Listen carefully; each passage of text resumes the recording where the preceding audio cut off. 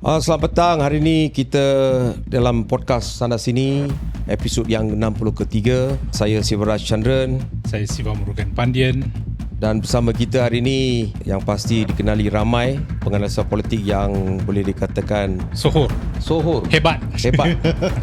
Iaitu Dr. Taufik. Selamat datang ke podcast Sana Sini sekali lagi, Doktor. Terima kasih. Hari ini kita akan bincang tentang politik sikit. Agak-agaknya macam ada pilihan raya negeri yang akan datang, Johor dan Melaka, dan juga persiapan untuk pilihan raya yang akan datang 16, percaturan politik dan apa dikatakan persiapan parti-parti, sama ada mereka kita akan pergi secara solo atau secara gabungan, persepsi rakyat, dan adakah rakyat masih punya keyakinan terhadap parti-parti politik. Inilah isu-isu akan kita kupaskan dalam episod yang 63 ni.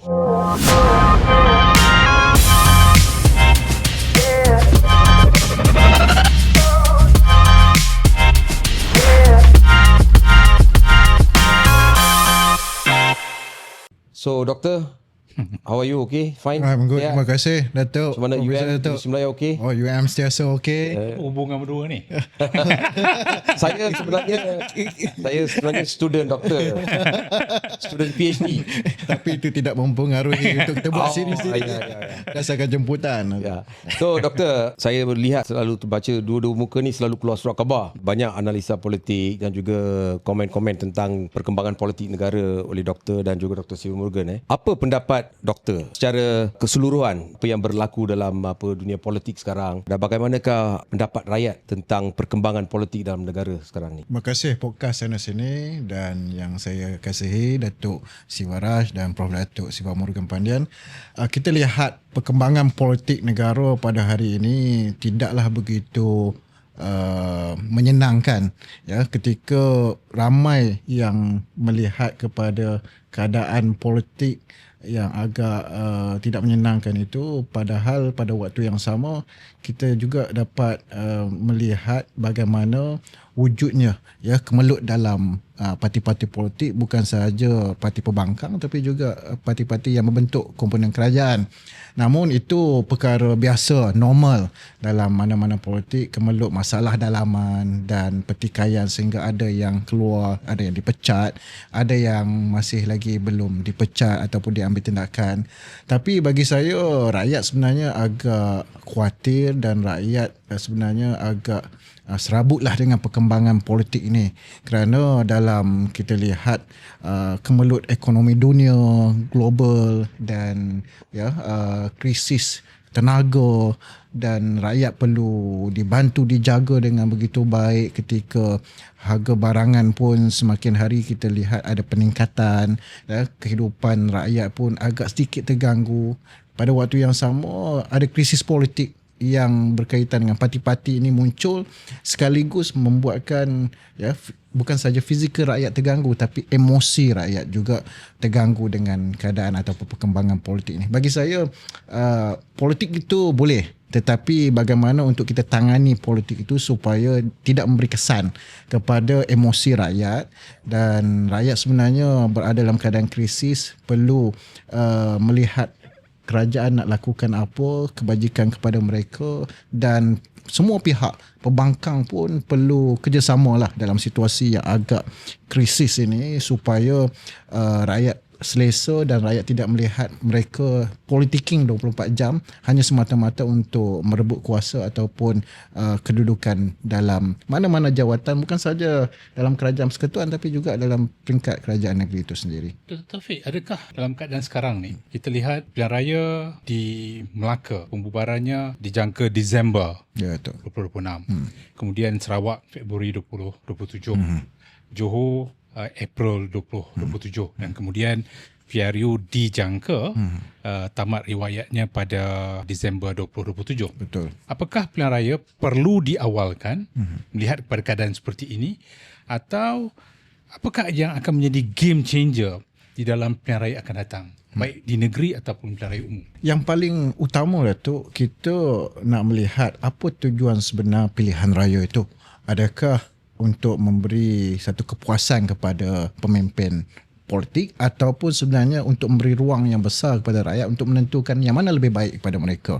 Dan saya lihat kita perlu kembalikan pilihan raya serentak ini supaya pelbagai faktor yang sebelum ini memerlukan kita adakan pilihan raya yang berasingan itu dapat kita hentikan serta-merta kerana ia melibatkan misalnya kesan kepada faktor-faktor jentera itu sendiri, kemudiannya kos yang besar kalau pilihan raya yang berasingan dilakukan, dan pada waktu yang sama kita lihat emosi ataupun rakyat akan terganggu sekiranya mereka dipaksa keluar 2 kali.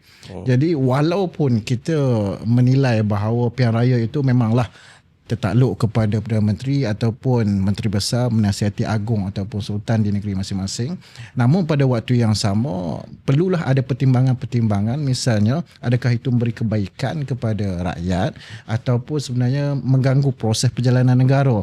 Bagi saya, kalau tempoh itu agak dekat antara satu sama lain, pembubarannya secara automatik ke ataupun tidak, apa salahnya kita kembalikan satu tarikh yang serentak Johor, Melaka dan Pilihan Raya Umum Negeri supaya dapat dikoordinasi semula dan dapat memberi penjimatan, dapat mengurangkan pengeluaran tenaga itu sendiri. Sebab dalam konteks sekarang ramai yang bercakap tentang penjimatan tenaga, bekalan tenaga yang begitu terganggu akibat daripada misalnya gangguan di Selat Hormuz dan isu-isu ekonomi. Kalaulah kerajaan atau mana-mana parti politik melihat bahawa mereka cuba pancing rakyat dalam konteks hari ini, semua perlu kemukakan, iaitu yang pertama, apa solusinya kepada rakyat.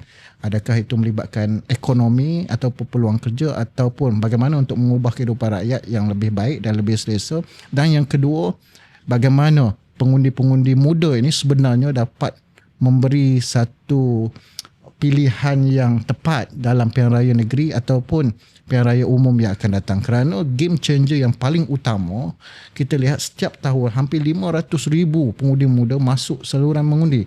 Jadi daripada tahun 2018 hingga sekarang, jumlah pengundi muda begitu besar. Kalau parti-parti politik tidak tackle ataupun tidak mendekati pengundi muda, pengundi automatik ini, saya khawatir mereka akan menjunam juga dalam pilihan raya. Kita faham bahawa faktor-faktor itu sebenarnya pilihan raya serentak diadakan. Tapi melihat kepada kepentingan diri parti-parti itu tersebut, khususnya kerajaan dan juga pembangkang. Pembangkang tak banyak say lah dalam benda ni. Tapi Prof, saya rasa parti ni dia nak percepatkan election. Sebab mungkin impak ekonomi peperangan di Asia Barat tu kita belum lihat lagi sepenuhnya. Kita mungkin akan melihat impak ekonomi dia di bulan Mei yang bulan-bulan akan datang. Menurut analisis dia kata memang dia akan semakin teruk tahun depan. Jadi sebelum menghadapi situasi sebegitu, selepas rakyat rasa tidak puas hati dan tak ada solusi untuk penyelesaian masalah ekonomi yang akan memberi kesan kepada kehidupan mereka, so baik parti ini mengadakan pilihan raya tahun ini. Datuk Seri Anwar pun ada keluarkan kenyataan, dia kata dia melihat somewhere November untuk pilihan raya. Jadi saya percaya ini lebih kepada kepentingan parti dan juga kerajaan daripada kehendak rakyat dan juga faktor-faktor lain. Betul ke? Ya. Kesan, kalau kita katakan nak menilai kesan kepada rakyat, saya berpandangan kesan tu sudah ada. Sebab itulah kerajaan mengambil pendekatan misalnya work from home, subsidi, walaupun dipotong subsidi minyak tu dipotong 100 liter. Tetapi bagi saya itu memberi kesan juga kepada kehidupan rakyat, dan kesan itu dapat dilihat dalam perkembangan kehidupan mereka itu sangat serius hari ini. Kalau kita nak lihat bulan 7, bulan 8 tu saya berpandangan tu agak jauh lagi.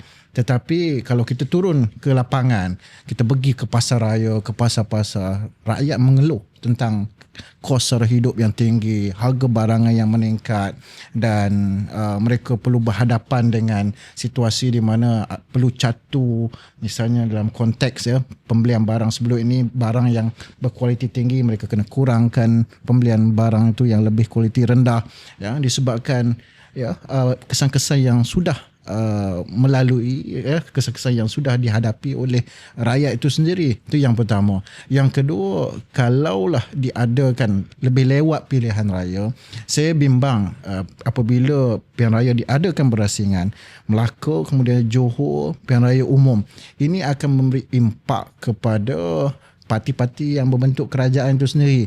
walaupun Barisan Nasional misalnya di Melaka dan Johor itu sendiri dominan, ya, menang 3/4 kerusi Dewan Undangan Negeri, tetapi adakah keadaan tersebut mampu dikekalkan ataupun sebaliknya, kerana politik hari ini sangat dinamik dan tidak mustahil perkara-perkara ataupun keputusan yang sebaliknya boleh berlaku pengurangan bilangan kursi ataupun parti yang mentadbir di kedua-dua negeri itu akan lebih besar menangnya dalam pilihan raya negeri. Namun bagi saya mood ataupun tempoh yang terbaik iaitu sebelum pilihan raya Johor diadakan.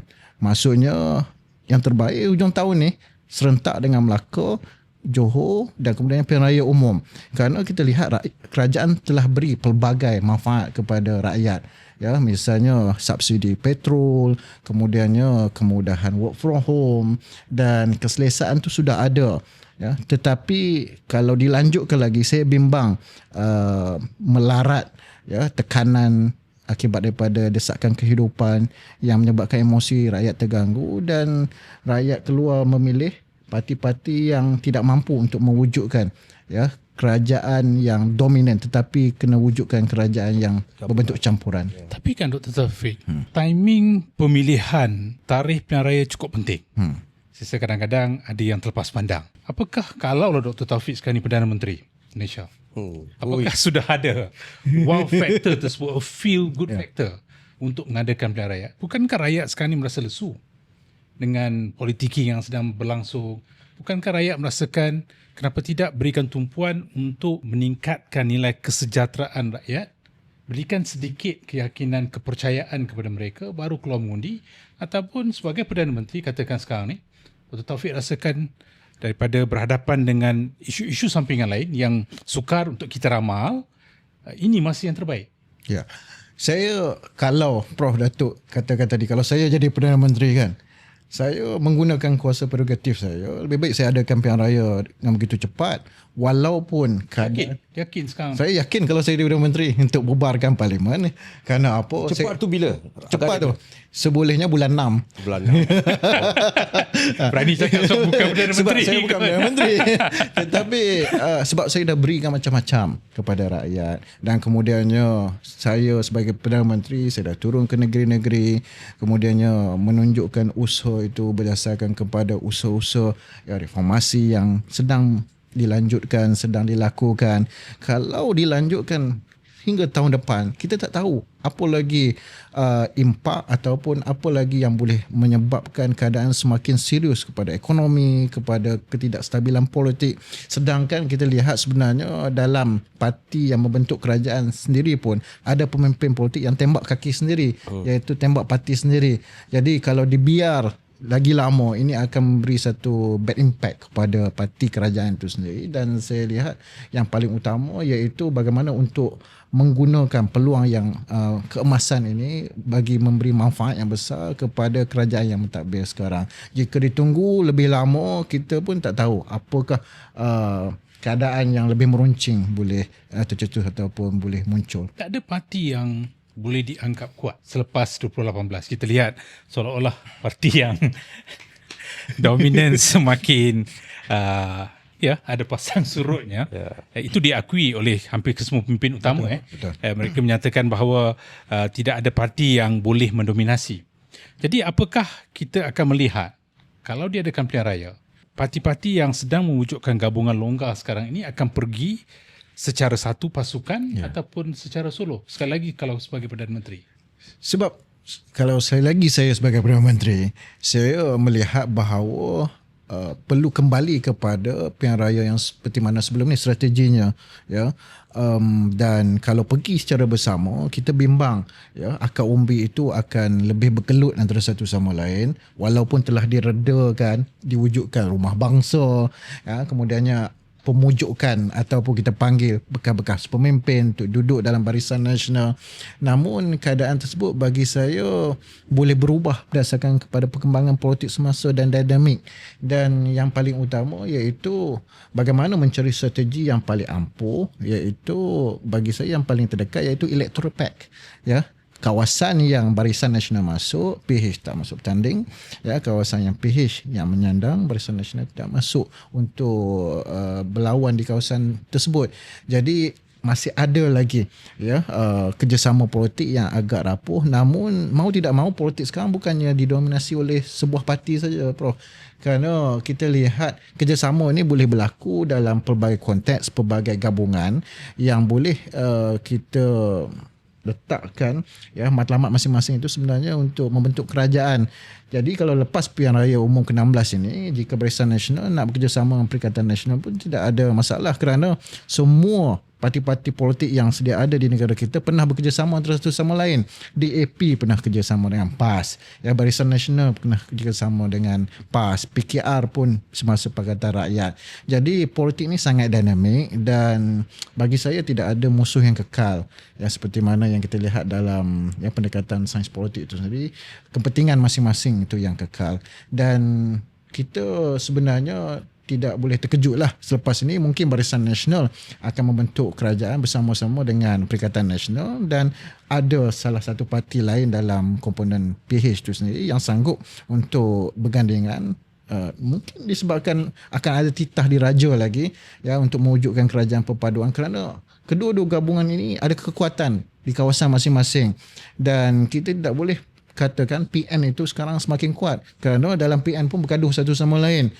PN bergaduh, Bersatu bergaduh. Jadi mereka tidak boleh katakan mereka itu juara kepada politik pembangkang, politik negara semasa, dan masing-masing kena muhasabah melihat bahawa mereka ada kelemahan dan kekuatan sendiri, dan mahu tidak mahu akhirnya kena bentuk kerajaan gabungan sekali lagi lepas PRU 16 yang akan datang. Saya setuju dengan pilihan raya serentak, tapi pandangan saya rasa UMNO nak gerakkan dulu pilihan raya di Johor dan Melaka untuk mewujudkan satu momentum. Seperti yang kita kata, kita berada dalam gabungan, tapi masing-masing ada aspirasi untuk membentuk kerajaan secara dominan.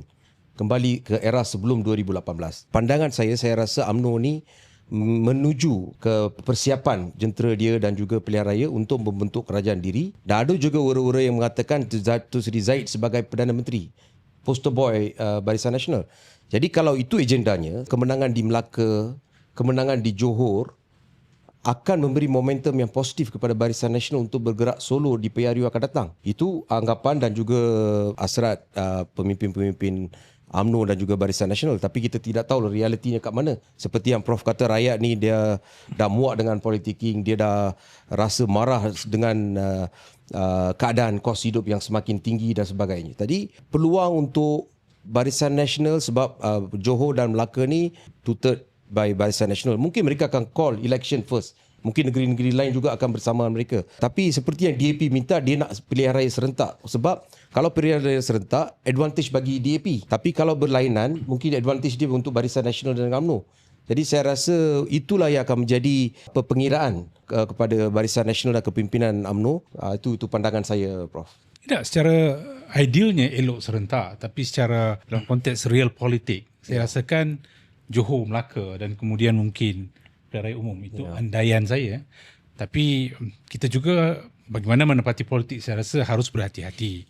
Sebab dalam pilihan raya negeri yang lepas, Barisan Nasional menang 21 daripada 28 kerusi Dewan Undangan Negeri.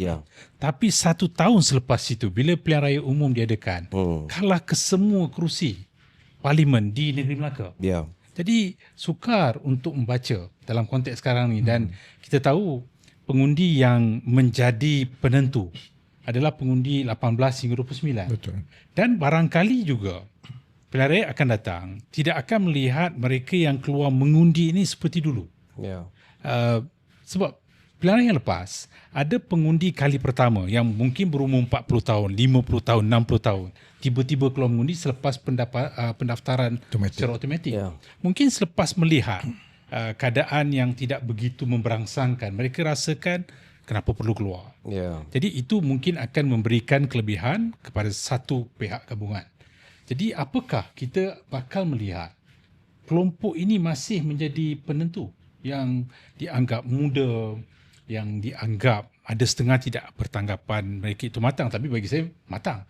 Kalau mereka boleh ada lesen, boleh berkahwin, boleh jadi askar, polis, boleh buka syarikat sendiri. Tapi dalam konteks politik, kita juga harus melayan mereka dengan nilai kematangan tersebut.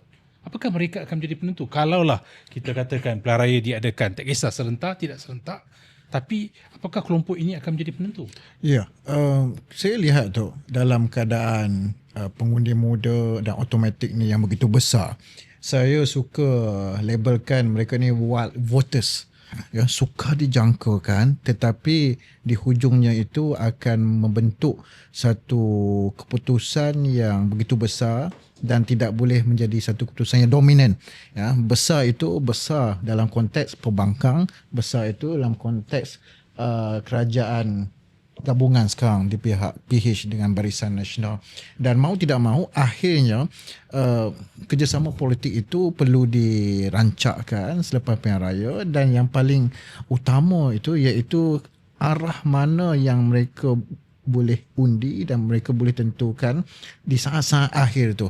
Dia berbalik kepada bagaimana parti-parti politik itu mampu untuk menarik sokongan ataupun mempengaruhi antara satu sama lain. Dia bergantung kepada tawaran yang akan diberikan, ya, bergantung kepada bagaimana pengalaman yang telah ditunjukkan oleh semua parti-parti politik yang bertanding, kerana kita lihat parti-parti yang ada di Malaysia hari ini yang agak besar saiz partinya itu pernah mentadbir negara, dan mereka akan membandingkan satu sama lain untuk menjadi pilihan yang utama juga untuk dibawa dalam pilihan raya umum ke-16 yang akan datang. Namun daripada aspek kematangan, saya bahagi kepada dua, Prof, iaitu kematangan dalam literasi ilmu politik dan kematangan yang lain, iaitu bagaimana Prof sebutkan tadi, boleh ambil lesen kereta, boleh buka syarikat. Namun saya lihat kematangan dalam konteks literasi ilmu politik, pendidikan politik di negara kita itu masih lagi agak ketinggalan, kerana ia memerlukan, ya, pendekatan yang lebih rancak untuk kita segarkan ilmu kesedaran tentang bernegara, politik ini di peringkat sekolah menengah dan universiti, dan akhirnya itu menjadi salah satu faktor yang penting bagaimana untuk mereka memilih ataupun sebagai torchlight kepada pengundi-pengundi ini untuk mencerahkan parti mana yang mereka boleh pilih, ya, jalan mana yang mereka lebih utama dan baik kepada pengundi-pengundi automatik dan pengundi-pengundi muda itu sendiri. Kalau tidak, kita akan lihat pecahan pengundi itu, dan undi itu akan berselerakkan kerana tidak ada satu persetujuan yang solid antara pengundi automatik dengan pengundi muda itu sendiri. Kita faham pengundi muda hari ini terpecah pada dua kelompok yang begitu besar. Kalau kita nak dapatkan satu undi yang solid daripada pengundi muda dan automatik itu agak sukar, kerana mereka dididik dalam orientasi masyarakat yang berbeza. Misalnya ada yang tidak keluar ke kawasan bandar, mereka duduk di kawasan luar bandar dan mereka terkepung dengan pemikiran ataupun ideologi yang menerima apa saja ataupun cukup dengan apa yang ada, dan ini lebih bergerak kepada Perikatan Nasional, ya, anak muda yang hidup di kawasan luar bandar yang lebih suka dengan kehidupan yang lebih ringan, seperti berada di kampas ataupun bersatu, ya, duduk dengan ceramah, kemudiannya balik ke rumah dan meneruskan kehidupan seperti biasa. Tetapi anak muda yang di bandar ini, mereka lebih terbuka, mereka melihat bahawa isu-isu melibatkan pencanggahan agama ataupun isu-isu melibatkan perkelahian antara ideologi ini bukanlah menjadi satu pertimbangan yang begitu penting kepada mereka, tetapi mereka lebih kepada politik perut, hidup di kawasan bandar, ya, survival mereka. Kalau ada parti yang betul-betul boleh menjaga mereka, yang boleh memberi satu kebaikan kepada mereka dari segi aspek kebajikan, maka pilihan mereka berada pada kerajaan yang mentadbir negara pada waktu sekarang. Mereka melihat bagaimana sebelum ini berpuluh tahun IC kita tidak boleh digunakan di stesen minyak, tetapi kerajaan gabungan sekarang, perpaduan sekarang, buat kali pertama kita gunakan IC kita untuk membeli petrol, untuk membeli barangan di kedai-kedai. Maka kalau kerajaan perpaduan sekarang boleh lakukan, itu adalah satu kejayaan. Kenapa 10 tahun dulu tak boleh lakukan? Jadi itu adalah satu indikator yang diambil kira oleh pengundi-pengundi muda yang berada di kawasan bandar itu sendiri. Ya, Doktor, yang sangat menarik tadi, percantuman atau gabungan antara PN dan BN. Possible tak? Ya, sebenarnya tidak mustahil. ya BN dengan PN, kerana di akhirnya jika tidak dapat membentuk sebuah kerajaan, kalau sebelum ni kita lihat PRU yang sebelum ini ambil tempoh yang begitu panjang untuk berunding membentuk kerajaan, akhirnya tidak pernah berlaku dalam sejarah politik negara UMNO berkawan dan membentuk kerajaan dengan DAP. Dan tidak mustahil selepas ini jika pilihan yang ada, ya, BN dan PN untuk bekerjasama untuk membentuk semula kerajaan persekutuan dan didokong juga oleh parti-parti yang ada dalam kerajaan perpaduan, maka tidak ada salahnya dan tidak mustahil, kerana politik ini melibatkan kepentingan dan politik ini melibatkan kuasa jawatan yang mana boleh memberikan satu peluang kepada mereka, maka itu adalah pilihan yang ada dan ya, jawapan saya itu tidak mustahil. Gabungan PN dengan BN ni saya rasa kalau mereka bergabung mereka kuatlah, sebab 30-74 kerusi. Yang tengah-tengah yang UMNO dan Perikatan Kala ni 22 kerusi. Dan kalau dua-dua ni bercantum, so kerusi-kerusi itu boleh dimenangi oleh Barisan atau PN kalau ada bersefahaman. Jadi mereka boleh membentuk kerajaan tanpa mengharapkan Sabah dan Sarawak di Semenanjung je. Jadi saya rasa itu gabungan yang kuat. Itu dari aspek politik memang itu satu strategi yang baik lah, tapi bergantung kepada kepimpinan. Sama ada mereka ni nak bekerja dengan PAS, nak bekerja dengan UMNO dan sebagainya. Pada pendapat saya rasa memang ada satu possibilities lah yang mereka ni boleh bergabung membentuk kerajaan. Sebab saya lihat populariti kerajaan hari ini agak kurang. DAP misalnya di Sabah, zero, kosong. Dia tak menang kerusi langsung. Masyarakat Cina tak sokong DAP. Dan pemimpin-pemimpin DAP saya percaya mereka pun takut bahawa wave tu mungkin akan berlaku di Peninsula. That's why baru-baru ni Anthony Loke mengatakan bahawa DAP kalau tak ada reformasi kita akan keluar daripada kabinet dan sebagainya. Jadi saya rasa mereka dah rasa bahang tu, mereka ni rasa takut. Jadi sebab tu daripada pandangan mereka saya percaya Pakatan Harapan dia sokongannya dah kurang. Kita lihat social media dan media-media semua maki hamun kerajaan hari ini. Itu biasa sebab bila kita jadi kerajaan kita dimaki hamun. So hari ni turn mereka pula. Jadi saya rasa aspek itu mungkin kepimpinan Barisan Nasional boleh melihat gabungan PN-BN ni sebagai satu yang strategik untuk bentuk kerajaan yang lebih stabil. Sebab after next election is very important for us, amat penting.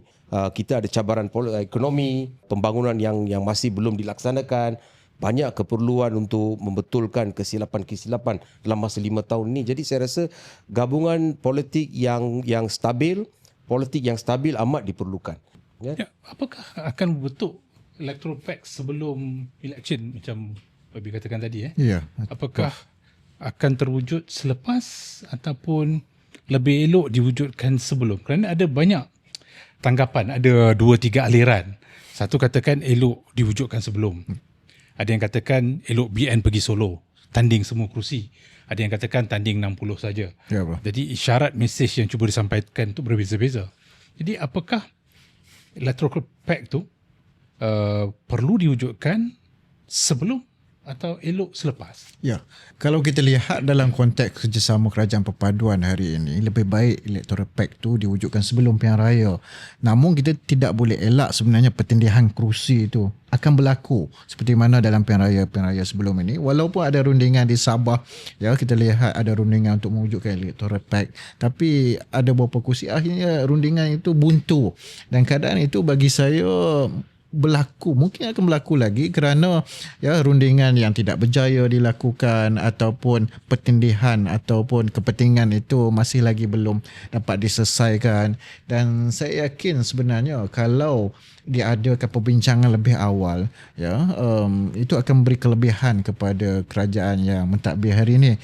Dan pertindihan kerusi itu perkara biasa, namun bagi saya dalam perkembangan politik hari ini kita lihat ada pergaduhan dalam semua parti-parti politik kecuali satu saja, iaitu kita lihat UMNO Barisan Nasional ketika bersatu, ya, bertempur sama-sama pemimpin, ada yang dipecat, ya, dalam PAS pun sendiri kita lihat ada pertembungan, ya, aliran itu khususnya di negeri Perlis itu sendiri, dan kemudiannya dalam PKR berhadapan dengan keadaan yang sama. Tapi UMNO Barisan Nasional mengambil pendekatan yang berbeza, ya, berlawan arus dengan mewujudkan rumah bangsa dan melihat bahawa mereka perlu membangunkan kekuatan ketika musuh iaitu pembangkang sedang mengalami defisit kekuatan ataupun kepercayaan dalam kalangan pemimpin dan penyokong-penyokong mereka.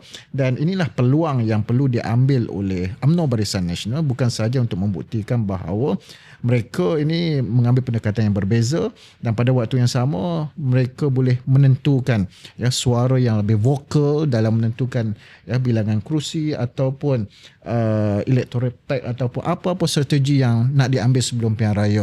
Yang penting UMNO Barisan Nasional perlu lihat kembali seperti mana saya setuju dikatakan oleh Dr. Brigadier Wesh, iaitu Barisan Nasional ini ialah Guardian of Nation. Dalam mana-mana kerajaan, UMNO BN perlu duduk dalam kerajaan dan mereka ini sebenarnya sudah dibentuk daripada sebelum merdeka untuk mewarisi pentadbiran negara berdasarkan kepada model yang telah ditinggalkan oleh penjajah. Dan ini bukan sahaja model yang ditinggalkan oleh penjajah, tetapi kita lihat sistem yang ada di negara kita sebenarnya menyesuaikan, adalah menyalurkan kepada pembentukan kerajaan ataupun parti campuran yang ada pada Barisan Nasional. Sekolahnya, kemudiannya kita lihat masyarakatnya, dan akhirnya itu disalurkan dalam bentuk pemerintahan. Dan yang paling sesuai, yang paling cocok dengan Barisan Nasional iaitu mereka itu menjadi kerajaan. Walaupun tidak menjadi dominan, tetapi mereka ada dalam kerajaan. Dan dalam konteks menjelang PRU 16 yang akan datang, saya lihat Barisan Nasional perlu vokal kerana mereka dah buktikan bahawa ketika parti-parti politik yang lain berada dalam keadaan kemelut tapi mereka berjaya menyelesaikan kemelut, maka mereka perlu meletakkan diri mereka itu sebagai moderator ataupun penyelamat kepada gabungan politik ataupun perkembangan politik semasa. Mereka ni pendamai, mereka ni penjaga kepada negara kita. Doktor, nak tanya dari doktor ni banyak berjumpa dengan pelajar-pelajar dan juga banyak interview-interview dengan orang-orang. Ada tak rakyat dia sedar bahawa berbanding selepas 2018 dia dah bagi kepada Pakatan Harapan, Perikatan Nasional dan sekarang gabungan Unity Government, ada tak rakyat ni rasa bahawa Barisan Nasional merupakan kerajaan yang lebih baik daripada semua kerajaan-kerajaan yang pernah mereka beri peluang tu? Yeah. Ada tak perasaan tu? Ada. Mereka sebelum ini yang sebenarnya meletakkan harapan yang besar kepada kerajaan yang mentadbir negara sekarang, dan mereka lihat apa yang berlaku kepada Barisan Nasional itu sebagai titik penamat kepada sokongan yang mereka berikan sebelum ini pada Barisan Nasional. Tetapi akhirnya apabila mereka membandingkan dengan sebuah kerajaan gabungan sebelum ini dengan yang ada pada hari ini, sudah semestinya kebaikan, manfaat yang diterima sebelum ini mempengaruhi dan memutikkan semula perasaan cinta kepada Barisan Nasional. Saya tidak pada mana-mana parti, saya bukan ahli pada mana-mana parti. Tapi adalah kesedaran tu adalah. Ada. Kalau kita pergi jumpa dengan rakyat, kalau kita lihat ke lapangan, kita tanya orang persorangan yang membandingkan pentadbiran negara, membandingkan kelebihan yang mereka dapat. Kalau kita tanya secara peribadi, mereka berpandangan sedemikian. Tapi kita tidak boleh tangkap muat saja pandangan tu. Kerana keadaan ataupun perkembangan politik ekonomi yang berbeza dulu dan sekarang. Dulu begitu selesa. Sekarang dalam konteks ekonomi global yang berhadapan dengan masalah, isu tenaga, mau tidak mahu kerajaan perlu ambil pendekatan yang sesuai kepada negara, dan walaupun pendekatan itu tidak popular, tetapi perlu dilakukan untuk keselamatan dan masa depan rakyat. Jadi perlu ada kewarasan politik untuk memilih ataupun mempertimbangkan pilihan yang terbaik. Kalau kita mengambil pandangan yang sedemikian dan kita jadikan sebagai general assumption secara keseluruhannya, ini akan beri satu keputusan yang tidak adil ataupun akan bias kepada mana-mana masyarakat ataupun rakyat menjelang PRU 16 yang akan datang. Tetapi saya lihat politik sekarang politik persepsi. Menjelang pilihan raya umum ke-16, kalau politik persepsi itu tidak ditangani dengan begitu baik, ia akan memberi kesan buruk kepada mana-mana parti politik. Jangan mainkan isu agama. ya, kalau main dan petik isu agama, ya, rakyat akan marah. Itu yang pertama. Yang kedua, jangan sentuh ataupun jangan menyebabkan ekonomi terganggu. Ini khususnya kepada kaum Cina, mereka akan rasa bahawa kehidupan mereka ataupun peluang ekonomi mereka itu akan terganggu. Dan jika anak muda tidak disantungi dengan begitu baik, ya, mereka akan memilih satu pilihan yang sukar untuk kita jangka sebelum pilihan raya. Jadi sebab itulah saya sebutkan sebagai wild voters itu sukar untuk kita tentukan, kerana ketiga-tiga segmen ini, ketiga-tiga perkara yang sangat penting ini perlu ditangani bukan sahaja oleh parti pemerintah, tapi parti pembangkang juga perlu lihat bahawa mereka perlu tackle isu-isu ni. Dan dalam konteks politik hari ini, Perikatan Nasional, pembangkang pun lemah. Ya, saya setuju. Tak ada suara. Saya setuju dengan apa yang dikatakan oleh saudara Khairi Jamaluddin. Ya, kalau pembangkang yang lemah, macam mana mereka boleh kemukakan alternatif kepada apa yang ada pada kerajaan hari ini? Pembangkang perlu kuat. Kalau nak ambil alih kerajaan, perlu bentuk yang pertama kabinet bayangan. Sampai sekarang tak nampak kabinet bayangan daripada pihak pembangkang tu yang pertama. Yang kedua, bajet alternatif, belanjawan tahunan negara. Tak ada pun yang begitu jelas yang nak dibentangkan kepada rakyat bahawa mereka bersedia, government in waiting, untuk masuk dalam kerajaan persekutuan untuk menggantikan kerajaan. Jadi pembangkang tidak buat kerja demikian. Jadi bagi saya, pembangkang tengah enjoy honeymoon lagi dengan bilangan kerusi yang besar mereka ada, dan tidak mustahil mereka boleh hilang sehingga separuh kerusi yang sedia ada kerana disebabkan oleh kegagalan mereka untuk menyediakan alternatif kepada rakyat. Mungkinkah mereka ni yakin sangat bahawa majoriti masyarakat Melayu ni akan mengundi mereka? Mungkinkah sebab itu mereka rasa tak ada keperluan untuk membuat kabinet bayangan, bajet bayangan alternatif dan menyuarakan suatu isu-isu? Saya lihat pembangkang ni tak pernah saya lihat mereka bersuara untuk mengenai isu-isu ekonomi, isu-isu rasuah yang berlaku sebagainya yang berkait dengan kerajaan dan orang-orang yang berkait dengan kerajaan. Tak ada suara langsung tentang ni. Parlimen sunyi. Hanya kebanyakan masanya of course menyentuh agama, dan majoriti sebagainya akan menyentuh tentang kawasan mereka saja.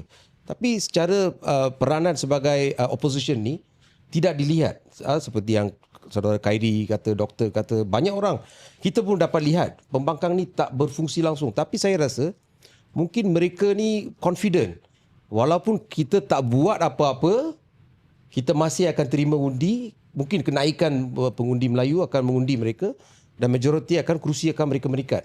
Mungkin confidence tu saya rasa yang menyebabkan mereka ni tak payah buat apa-apalah, kita just continue sebagai apa yang kita ada macam ni. Atau mungkin mereka bergantung kepada kelemahan kerajaan. Keyakinan tu kalau 3 tahun yang lepas bolehlah pakai, tapi 3 tahun selepas pilihan raya bagi saya dah tak terlalu relevan untuk diguna pakai, dikitar semula untuk jadikan senjata untuk berhadapan pilihan raya yang akan datang. Kerana mereka yakin bahawa dengan ada media sosial, ya, maka segala isu-isu ataupun mereka boleh jadikan itu sebagai alat untuk menyerang parti kerajaan itu sendiri. Tetapi mereka jangan lupa bahawa track record sebagai pemimpin kerajaan di SG4, misalnya Perlis, di Kedah, di Kelantan, Terengganu, itu dinilai oleh rakyat melalui media sosial. Ya, itu juga dikorek balik oleh rakyat dan dipertontonkan kepada rakyat, dan rakyat akan nilai keadaan-keadaan tersebut untuk dijadikan indikator mereka untuk memilih sama ada parti atau pemimpin yang sesuai dalam kalangan parti pembangkang untuk mereka pilih semula dalam pilihan raya umum yang akan datang. Bagi saya, pembangkang dan parti kerajaan sekarang berada pada satu padang yang sama rata, ya, ketika kita sedang berkira-kira bila nak adakan pilihan raya. Kedua-dua pihak ini sebenarnya bagi saya tak bersedia lah, ya. Namun bersedia ataupun tidak, kita kena hadap juga pilihan raya. Dan dalam konteks pembangkang itu sendiri, apabila mereka bergaduh satu sama lain, tidak menyelesaikan isu apa yang tercetus di Perlis itu sendiri, saya dengar dan saya yakin di Perlis itu tidak selesai sepenuhnya, ya, walaupun ada ura-ura, ya, nak undi tidak percaya kepada kerajaan negeri Perlis, dan kemudiannya hari ini ada satu mesyuarat PAS di Perlis, tetapi bagi saya tidak selesai sepenuhnya kerana perbalahan itu bukan sahaja melibatkan PAS dengan Bersatu, tetapi dalam kalangan pemimpin PAS itu sendiri yang bermasalah. Jadi parti yang bermasalah nak masuk dalam pilihan raya, ya, kemudiannya adakah rakyat sudi lagi untuk memilih mereka. Jadi indikator-indikator ini akan jadi penilaian kepada rakyat dalam pilihan raya umum yang akan datang, dan kita akan lihat tak mustahil lah seperti yang saya katakan sebentar tadi, ya, kerajaan yang berbentuk campuran akan dibentuk semula. Saya ada pandangan beza sebenarnya. Ya, saya rasakan bahawa pembangkang walaupun nampak lemah, tapi ketika pilihan raya mereka akan cuba untuk bersatu, untuk mengenepikan perbezaan dan mempunyai satu matlamat dan melihat musuh mereka itu hanyalah pesaing politik mereka. Sebab itu, politik sentimen dah berubah kepada politik emosi sekarang ni. Betul. Dia tidak lagi bermain dengan sentimen. Sentimen persepsi itu ada, tetapi sejauh mana itu diubah kepada emosi. Sebab itu dalam pilihan raya lepas, kalau kita tengok, banyak dimainkan dalam konteks digital, alam maya, untuk mempengaruhi emosi sebenarnya.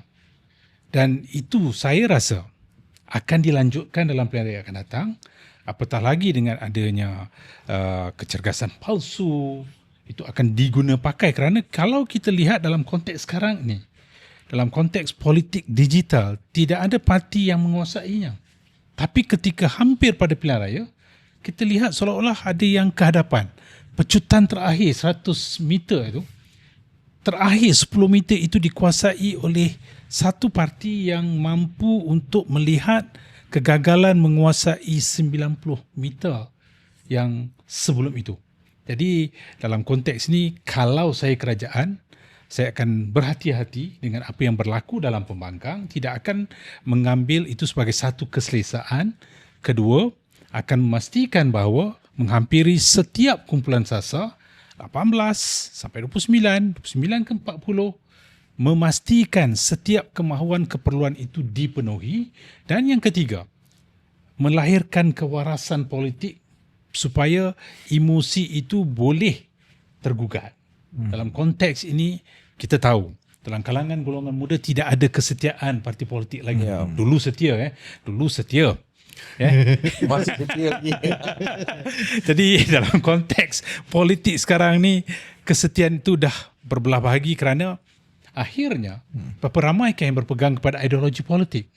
Berapa ramaikah yang sebenarnya melihat bahawa mereka menjadi ahli kerana ideologi itu? Ramai yang keluar masuk atas kepentingan, dan itu berlaku dari 2018 hingga ke 2026 ni kita lihat macam keluar masuk biasa saja. Tak perlu bayar tol, tak perlu tunjuk pasport, dia keluar masuk begitu saja kerana memastikan bahawa mereka itu diperlukan oleh sesebuah parti politik. Seolah-olah parti personality itu masih menguasai daripada dasar. Jadi mana-mana pihak sekalipun, baik pembangkang, baik kerajaan, mana-mana gabungan, saya rasa harus berhati-hati dalam membuat ilmu hisap ini, kerana politik angka memainkan peranan besar. Dalam banyak kita bercakap pun tentang dasar, calon, isu, akhirnya siapakah yang punya strategi yang paling jelas yang boleh menghampiri setiap kelompok ini, mereka lah yang bakal menang. Jadi saya rasa tidak ada siapa yang selesa kalaulah pilihan raya diadakan besok. Okey, Doktor, I nak tanya ini. Semalam I terbaca satu posting oleh seorang. Bukan kami Bukan. Ini seorang normal Facebooker. Tapi very interesting lah dia punya persoalan tu. Dia kata, kalau katakan PN, Perikatan Nasional, namakan calon daripada gerakan atau parti kumpulan lain yang bukan dari bangsa Melayu, calon Melayu, dipertandingkan bertentangan dengan Pakatan Harapan yang meletakkan calon Melayu, siapa dia akan undi? Ya. Suatu soalan yang saya rasa logik lah. Dengan sekarang Perikatan Nasional dia ada komponen yang bukan Melayu, MIPP, gerakan dan sebagainya. Jadi bagaimanakah ini boleh memberi kesan kepada peletakan calon di Perikatan Nasional? Sebab itu saya suka ambil apa yang dikatakan oleh Prof. Datuk tadi. Kesetiaan itu sebenarnya sukar dikekalkan dalam perkembangan politik semasa negara.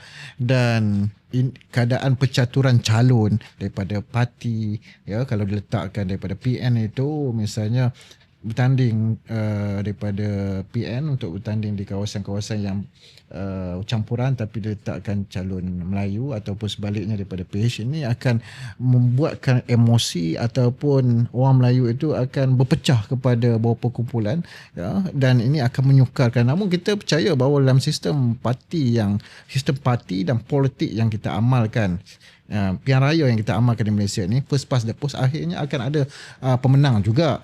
Namun adakah selepas pilihan raya itu kelompok yang kalah itu akan dijaga dengan baik oleh pemimpin di kawasan berkenaan? Jadi minoriti itu dan majoriti itu akan digambarkan bahawa ada yang akan ditinggalkan, ada yang akan dibawa bersama selepas pilihan raya. Jadi bagi saya, perpecahan yang cuba diwujudkan ini memanglah strategi ataupun usaha untuk menarik sokongan. Tetapi adakah ini memberi kebaikan kepada orang Melayu ataupun mereka yang mahukan suatu keputusan itu solid dimenangi oleh mereka dalam pilihan raya umum yang akan datang?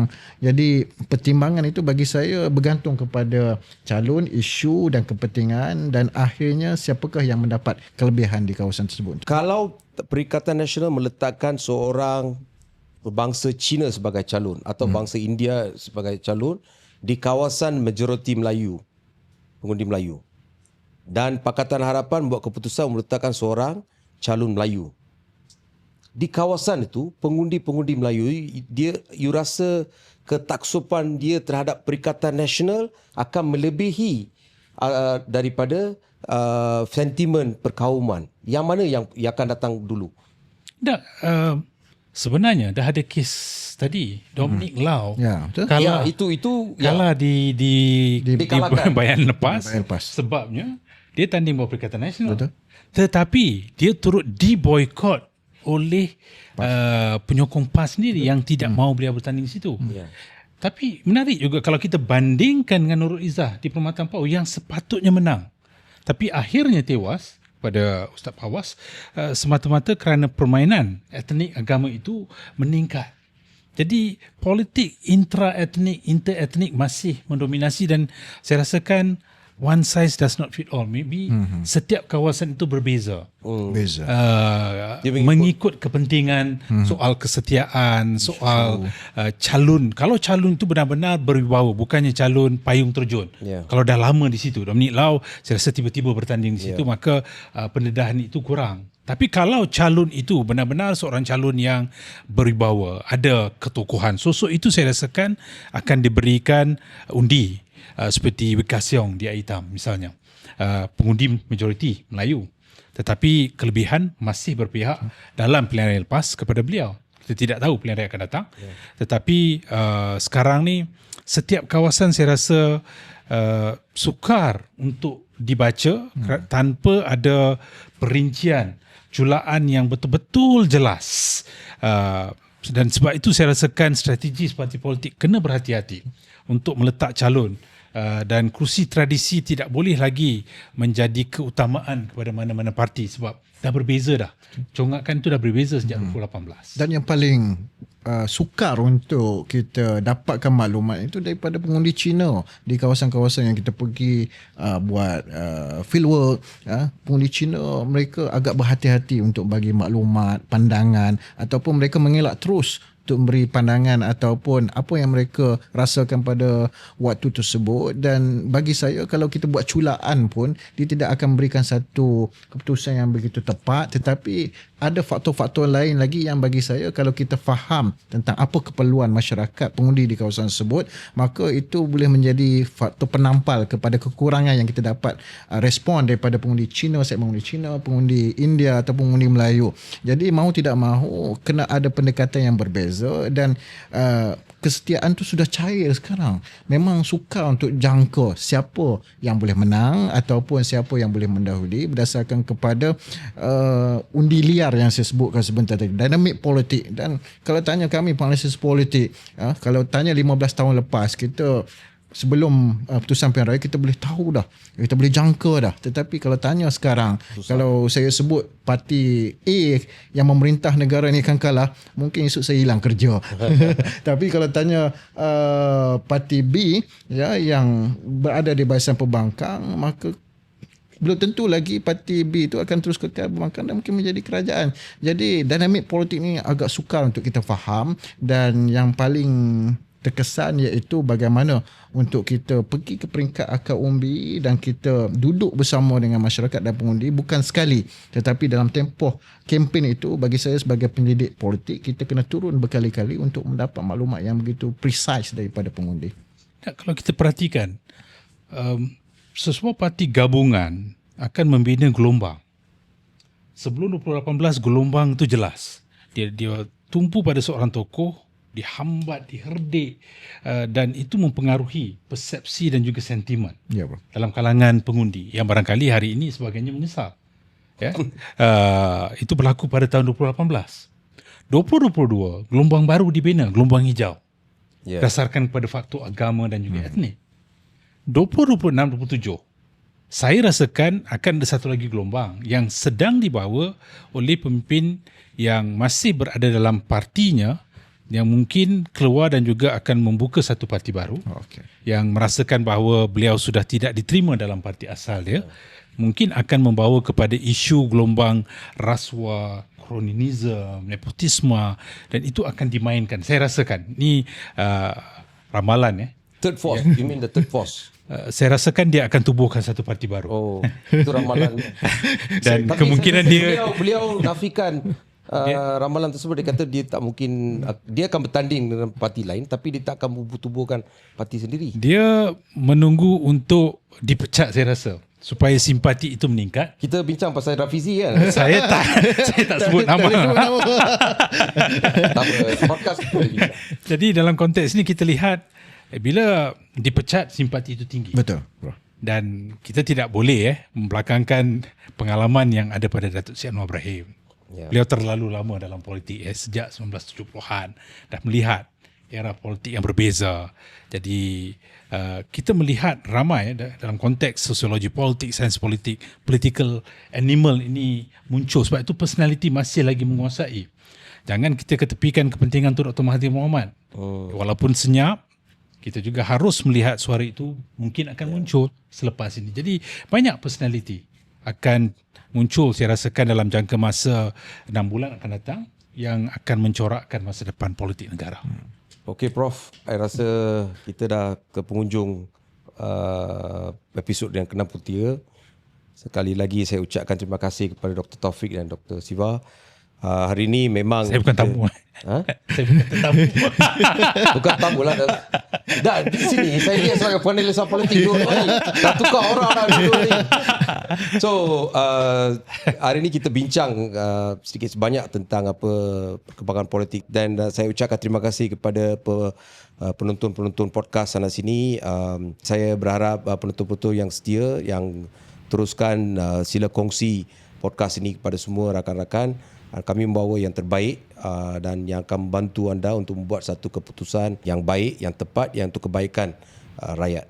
Dengan itu saya ucapkan terima kasih kepada Dr. Taufik. Harap kita boleh berjumpa dengan topik-topik lain di masa-masa yang akan datang. Dr. you have to say anything? Ya, terima kasih Dr. Taufik atas pencerahan perkongsian ini. Terima kasih Prof dengan Datuk kerana membuatkan suasana hangat dan panas untuk ke Siri 63. Tak panas saya.